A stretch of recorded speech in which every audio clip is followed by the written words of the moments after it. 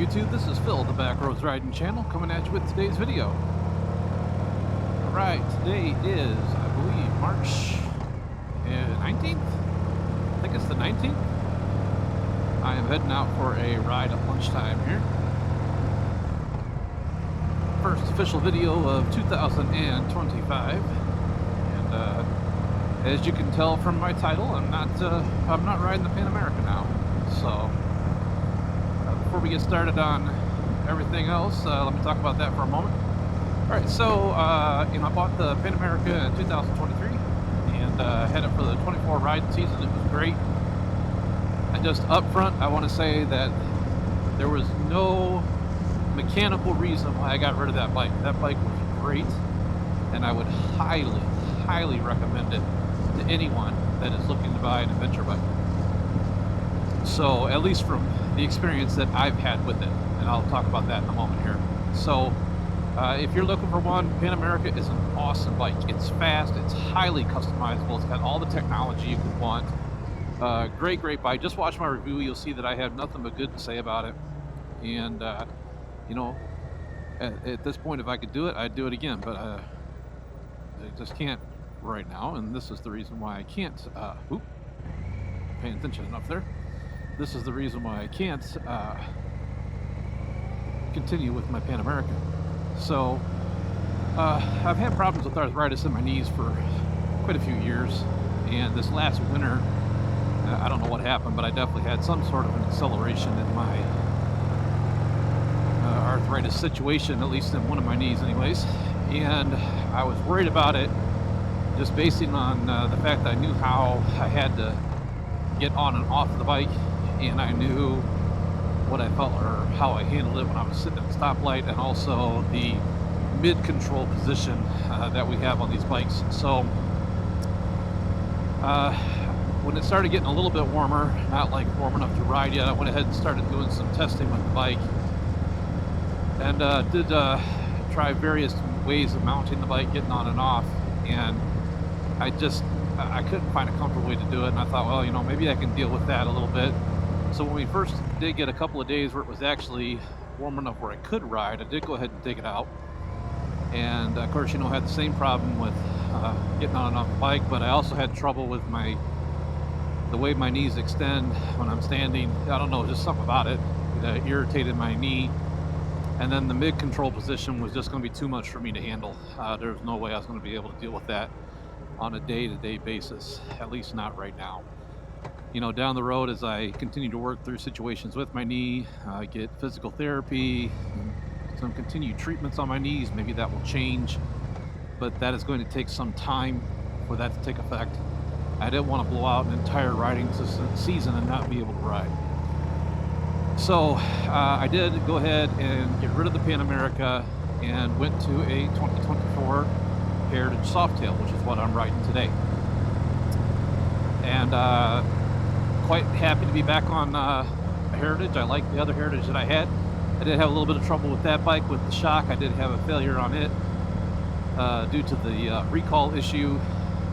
Nothing that Harley took care of everything on that, but I kind of lost confidence in that bike, and that was the bike I traded in for the Pan America. So back on a brand new 2024 Heritage Softail, and I really like the bike. It's a great little bike. So I'll talk about that more in a little bit here. But so just like I said, the only reason I got rid of the Pan America was due to arthritis in my knees. That's the only reason. Everything else, great bike, awesome bike. I did not sell it for mechanical issues. I literally had no mechanical issues on that bike. So, well worth your money if you want to go out and buy one. Alright, so let's talk about the Heritage Softail a little bit. So this is what I am riding now. I did take a little bit of a bath on the Pan America when I traded it in, but I knew that was going to happen. One of the reasons I didn't really want to trade it in. But, that was expected, so nothing that I didn't think was going to happen. But bought the bike from Wolverine Harley-Davidson, and gave me a solid package on it, all considering. Happy enough with it, and they were great to work with. If you're ever looking and you're in the Michigan, Sterling Heights area, visit Wolverine Harley and talk to Matt. We'll work with you and do a good job for you. But the Heritage is a great bike. There really isn't much of a difference at all between the 2024 that I have now and the 2019 that I had. But both great bikes, and the only difference is the color. You can't really tell here. I'll see if I can get some shots in the video showing it better, but it's got a nice red-black two-tone. Really like the look of the bike. I love the fact that on the Heritage you can take the bike and take the windshield off, take the saddlebags off, the passenger seat off, and to get a really cool retro-looking motorcycle in 10 minutes. And I really like that fact. I would be doing that today, but I had a short time frame on my ride, so I had to switch quickly and didn't have time to take everything off. So next video I will probably be on a naked bike, and that's like how it looks. I like how it rides. I love being able to take my windshield off a bike. I would look into a touring bike more, but I just can't do that with it. Even the Road King I had, I could take the windshield off, but I couldn't take the bags off. I mean, technically you can take the bags off, but it looks terrible. I wish they had an option on the Road King where you could take the bags off, because that would be one nice looking bike without the bags. So, I mean, I know I can do custom work on it, but you know, I'm just not doing that right now. So, but this has got the 114 motor on it, 6-speed. I don't know all the specs. You can get other videos that are far better at doing specs than mine is, but at least for me, you will get a rider's review since I do own the bike. So I bought it with 1 mile on it. I now have, what do I have on here? 648 miles. So not quite to my 1,000-mile service, but I am past my 500-mile break-in, so I don't have any limitations on the bike now. But it has done flawlessly so far. I do commute to work every day, so, or most days anyways, and it has done great so far. So very comfortable. I can definitely tell that there is, I will say this, I had the shock failure on my it wasn't a shock failure, it's the reservoir failed.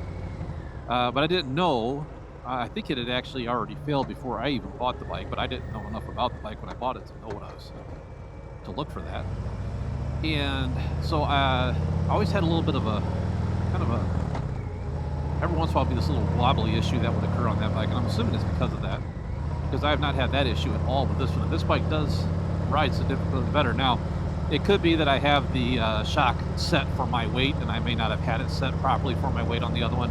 That's very possible as well. So, but either way, very happy with the purchase so far, and you're going to hear a lot about this bike over the summer. So, as far as my cameras and audio are concerned, I'm trying something a little bit different today. I've struggled with my cameras. I have really tried hard to like the DJI Action 5, and in certain situations, I do like the DJI Action 5. I love the battery life. I love the convenience of being able to hook 2 mics to it. But I hate the picture quality. I'm just going to be honest. Unless I run 10-bit log on that camera and grade the footage by hand afterwards, the footage looks bad. I mean, it's okay, but it's just not, I'm not happy with it. So that's probably going to become a secondary camera for me, or unless I'm riding at night, and then it would be the primary camera, because it's night performance, hands down, better than anything. Even I like it. I like the night performance on it as well as on the Ace Pro 2. At least in my opinion, but I don't really run the night modes on either of them. I don't really like how the program modifies the picture, so I just run a higher ISO on the camera to make it work. Anyways, so I am running 2 GoPro 13s today, one on my helmet, one on the handlebars here. And the difference that I have in my setup today is I am trying my mics. I'm running DJI Mic 2s, but I'm running them with strictly 32-bit float, processed straight out of the transmitters. I'm not doing anything with any in-between. I'm not hooked to the cameras. I'm doing it old school a little bit. And the reason for that is, number one, I don't like how the mics interface with the GoPros. I don't like how they sound. They don't sound as good, and I don't like it that way. And even on the DJI, where they integrate great with the DJI, when you're riding, it's difficult to get the levels where you're not clipping at some point in the ride. And especially when you're doing exhaust, things like that. And so I'm running the 32-bit float to see if I can get a better audio without having to worry about, you know, clipping it, and I can at least adjust that in post. It will be a little bit more post-production, and I know I'm trying to get away from post-production because I don't want to do color grading on the cameras any more than I have to. And so both cameras I'm running in natural color, for the GoPro, hoping that I won't have to grade the footage at all. But I will have to process the audio. But the audio processing is quite simple, actually. You know, syncing it up, I clap my hands 3 times at the start of each video, and I use that as my audio sync. Works great, and I don't usually have a problem with that, and I'll just test the audio out. I've done a couple of videos so far this year, and I haven't cared for the audio on either of them. I did one with the Ace Pro 2, and I ran the cameras out of, I ran the receiver with both mics plugged into it. I didn't really like how the audio came out on that. Didn't play with it much though, so that more than likely was just an issue with how I have my audio set. I tried the Action 5 with the transmitters both set to -12, hooked directly to it. That video was okay, but even then I still had some clipping, and part of it's because I'm loud. I'm naturally a loud person, and I've got the mic sitting right in front of my face. So I am trying a little bit different set this time. I've got the mic turned sideways, so it is below my mouth and just above my chin, and it's a lot more comfortable, that much is for sure, and I'm hoping that I get a little bit better quality audio out of it. So let me know how it sounds in the comments. Hopefully it sounds good. It is an absolutely gorgeous day in Michigan today. We are driving through Goodrich right now, and it is a beautiful, beautiful, beautiful day. Sun is out, but it is not real warm. I mean, it's not, it's like 60 degrees or so, somewhere in there. Wind chill's about 55, so very comfortable riding weather, and it is a great day to be out on the bike. We're going literally the speed limit here, which is 25, so about going nuts. I'm trying a little bit different position on the mic for my exhaust today. I usually have it in my saddlebag, just kind of clipped right to the screw in the saddlebag. Trying something different today. I have to mess with the audio a little bit when it's in the saddlebag. It's a very hollow sound, which, you know, is to be expected, I guess. But today I've actually got it in the back pocket of my pants, so we're going to see how it sounds from there. Hopefully it sounds pretty good. I will say that is one thing about the Heritage that surprised me. One of the first things I usually do on a bike is swap out the exhaust, as most of us do. But the exhaust is not bad sounding on this one. It's not like over the top loud at all. It is definitely a factory exhaust, but it's got a fairly decent tone to it. I don't know if it's the difference in the end caps or what on here. It's definitely a stock exhaust, but it's not bad. And it could also be me coming from the Pan America for a year and a half and then coming to this. You know, because obviously the sound is significantly different between the two bikes. And I do love, absolutely love having, Pan America is a great bike. But there is something about riding the Milwaukee 8 that is just, I don't know, it's just got the right tone for me. It's got the right sound. I mean, just, I don't know, it just feels great to me. Definitely doesn't have the speed as the Pan America, just got absolute raw power. If you're looking for a fast bike, that is the bike to have. Absolute raw power. But this has just got that nice laid back feel. I kind of miss that.